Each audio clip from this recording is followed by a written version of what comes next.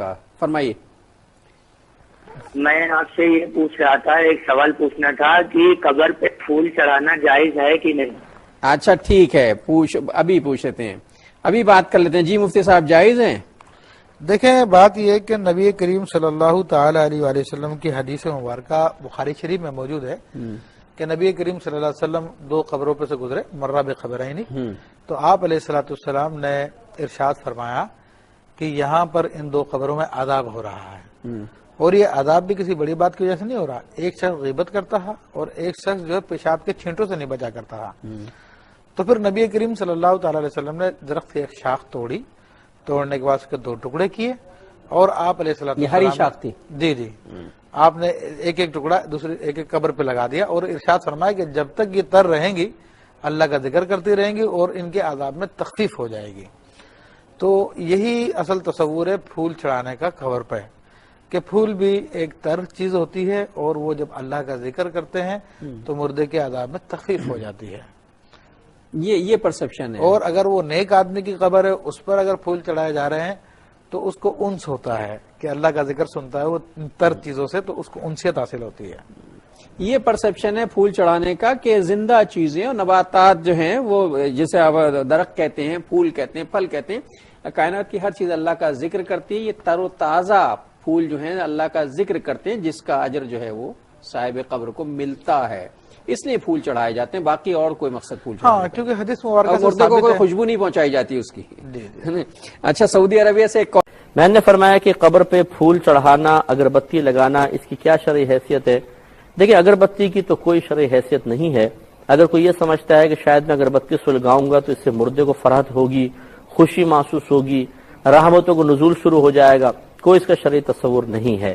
ہاں اگر کوئی اس قصد و ارادے سے لگاتا ہے چلو اگربتی لگا دیتا ہوں، جو زائرین آ رہے ہیں، لوگ آ رہے ہیں، ان تک خوشبو پہنچے گی، چلو اچھی بات ہے، یہ الگ بات ہے. ورنہ اگربتی میں کوئی ثواب کا پہلو نہیں ہے، اس سے کوئی مردے کو راحت نہیں ملتی ہے.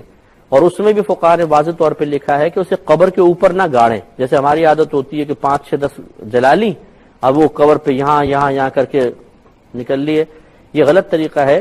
ہونا ہی چاہیے کہ آپ قبر کے ساتھ، جہاں کوئی قبر نہ ہو، قبر کے ساتھ جو ہے کوئی ایسا برتن وغیرہ کے اندر مٹی رکھ کے اس میں لگا دیں، اور یا پھر زمین پہ گاڑ دیں، لیکن قبر کے اوپر گاڑنا یہ مکروہ عمل ہے، ایسا نہیں کرنا چاہیے.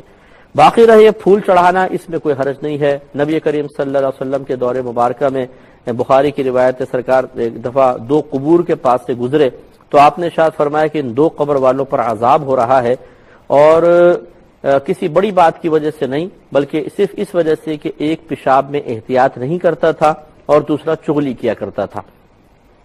پھر نبی کریم صلی اللہ علیہ وسلم نے ایک کھجور کی شاخ توڑی، اس کے 2 ٹکڑے کیے، اور وہ تر شاخ تھی، صحابہ کہتے ہیں ایک اس قبر پہ گاڑ دی، دوسری اس قبر پہ گاڑ دی. تو ہم نے پوچھا یا رسول اللہ صلی اللہ علیہ وسلم آپ نے ایسا کیوں کیا ہے؟ تو آپ نے فرمایا اس لیے کہ مجھے امید ہے کہ جب تک یہ تر رہیں گی ان قبر والوں پر سے عذاب میں تخفیف رہے گی. تو اس سے شارحین نے یہ نتیجہ نکالا ہے کہ چونکہ وہ شاخیں تر تھیں، اور جب تک کوئی چیز تر ہوتی ہے وہ اللہ تبارک و تعالیٰ کا ذکر کر رہی ہوتی ہے، تو یہ شاخوں کا ذکر عذاب قبر میں تخفیف و کمی کا سبب بن رہا ہوگا. تو اسی کو بنیاد بناتے ہوئے اگر اب ہمارے ہاں پھول کا رواج آ گیا، پھول بھی تر ہوتے ہیں، تر و تازہ ہوتے ہیں، وہ ڈالے جاتے ہیں. جب تک پتیاں تر رہیں گی، یعنی جب تک وہ خشک نہیں ہو جاتی، وہ ذکر الہی کرتی رہیں گی، تو اس سے بھی مردے کو راحت پہنچنے کا امکان ہے. اور یاد رکھیں کہ جب کوئی عمل مسلمانوں میں رائج ہو جائے اور اس میں کوئی ممانعت شرعیہ کا پہلو بھی نہ ہو تو اب اس سے روکا نہ جائے. ہو گیا نا، ہونے دیں، کوئی ناجائز تو نہیں ہے، گناہ تو نہیں ہے، بلکہ کھجور کی شاخ والی حدیث سے اس کو تقویت اور تائید بھی حاصل ہو رہی ہے. تو اس لیے اس طرح پھول وغیرہ ڈالنے میں کوئی حرج نہیں ہے، ڈال سکتے ہیں. لیکن یہ مطلب نہ سوچیں، مبالغہ رائی نہیں کرنی چاہیے کہ جی مطلب کہ پھول نہیں ڈالو گے تو غلط ہو جائے گا، پھول ڈالنا لازم ہے، زیارت کا حصہ اس کو بنا لیا جائے، ایسا نہیں ہے. جو ڈالے اچھی بات ہے، نہیں ڈالے تو کوئی گناہ کا پہلو نہیں ہے. تو کافی اچھا ہوگا. ایک اور سوال لے لیتے ہیں، قبر پر پھول ڈالنا کیسا اور یہ کیوں ڈالے جاتے ہیں؟ قبر پر پھول ڈالنا مستحب ہے، مستحسن کام ہے. فتاوی عالمگیری اور دیگر کتب کے اندر اس کی وضاحت موجود ہے. صدر الافاضل رحمہ کا ایک رسالہ جرائد القبور کے نام سے ایک رسالہ ہے جس میں تفصیل کے ساتھ آپ نے اس کا جواب دیا ہے. اور اصل اس کی یہ ہے کہ نبی کریم صلی اللہ علیہ وآلہ وسلم 2 قبروں کے پاس سے گزرے. بخاری وغیرہ صحیح 6 کے اندر یہ حدیث ہے. تو ان قبروں پر جو ہے وہ آپ نے فرمایا کہ ان کے اندر عذاب ہو رہا ہے. تو آپ نے پھر 2 شاخیں منگوائیں اور ان کو 2 ٹکڑے کر کے دونوں قبروں کے اوپر گاڑ دیا. ایک شاخ منگوا کے 2 ٹکڑے کیے اور ان قبروں پہ گاڑ دیا اور فرمایا کہ جب تک یہ تر رہیں گی، جب تک خشک نہیں ہو جائیں گی، اس وقت تک امید ہے کہ ان کے عذاب کے اندر تخفیف ہوتی رہے گی.